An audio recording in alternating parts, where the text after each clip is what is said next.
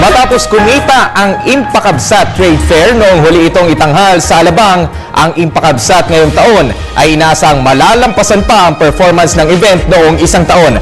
Kapiling natin si Ginoong Arel Banyes, ang Provincial Director ng Department of Trade and Industry sa Abra, live para bigyan tayo ng ideya tungkol sa okasyong ito. Magandang gabi po, Director Banyes. Magandang gabi, Ralph. Unang katanungan po, ano po yung kahulugan ng Impakabsat at ano po yung nakapaloob sa trade fair na ito? Ralph, ang Impakabsat ay isang regional trade fair na kinakandak ng Cordillera Administrative Region. Ang Impakabsat ay isang acronym ng mga 6 na probinsya ng Cordillera. Ito ay yung Ifugao, Mountain Province, Abra, Kalinga, and Apayao. At ang Baguio City. At yung Kabsat ay yun yung sinasabi natin na mga brothers. Okay po. Bakit po idinaraos ang isang okasyong katulad po nito? Ano po yung mga pakinabang na makukuha sa ganitong klase ng event? Yes, actually noong 1991 nag-start ang Impakabsat kasi yung sa killer earthquake, kailangan bumangon ng Baguio City noon, no? At yung ang Cordillera. So, naisip ng Department of Trade and Industry, Cordillera Administrative Region, na tulungan na bumangon ang mga tao doon. At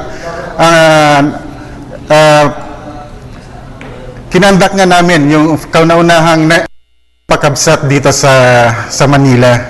So, after 17 years, tuloy-tuloy pa rin ang pagtutulong ng Department of Trade and Industry sa mga micro-enterprises at mga nagnenegosyo sa Cordillera Administrative Region para mabigyan naman sila ng mas malawak na market para sa mga produkto nila.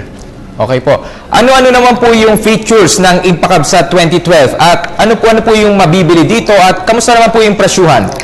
Initially, ang Impakabsat ay intended na i-promote yung mga produkto natin. However, nag-evolve ito na parang showcase na rin ng kultura ng Cordillera. Dito mo makikita, aside from yung products na makikita doon sa trade fair mismo, makikita mo rin yung kultura ng Cordillera, especially bukas.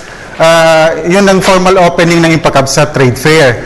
Makikita nyo dito sa opening yung mga dances, yung mga songs, at yung mga kultura at mga tourist spots ng Cordillera. Okay po. Kailan naman po nagsimula yung Impakabsat? Na po ito katagal? So, na-mention ko nga kanina is it started 1991. So, almost 17 years nang running and very successful. Last year, almost 66 million ang sales ng Impakabsat dito. So, inulit na naman namin, hopefully, mas mataas yung sales na makukuha natin for Impakabsat this year. Okay po, huling katanungan po, Ginoong Banyes, saan po ito idiraos tapos libre po ba yung pagtungo po dito? Yes. It is conducted or nasa festival mall siya sa Alabang, Muntinlupa, and everyone is invited para makita naman ninyo kung ano ang Cordillera. Ang pagpasok dito ay libre, wala pong bayad. Okay po, maraming salamat po, Director Arel Banyes. Maraming salamat.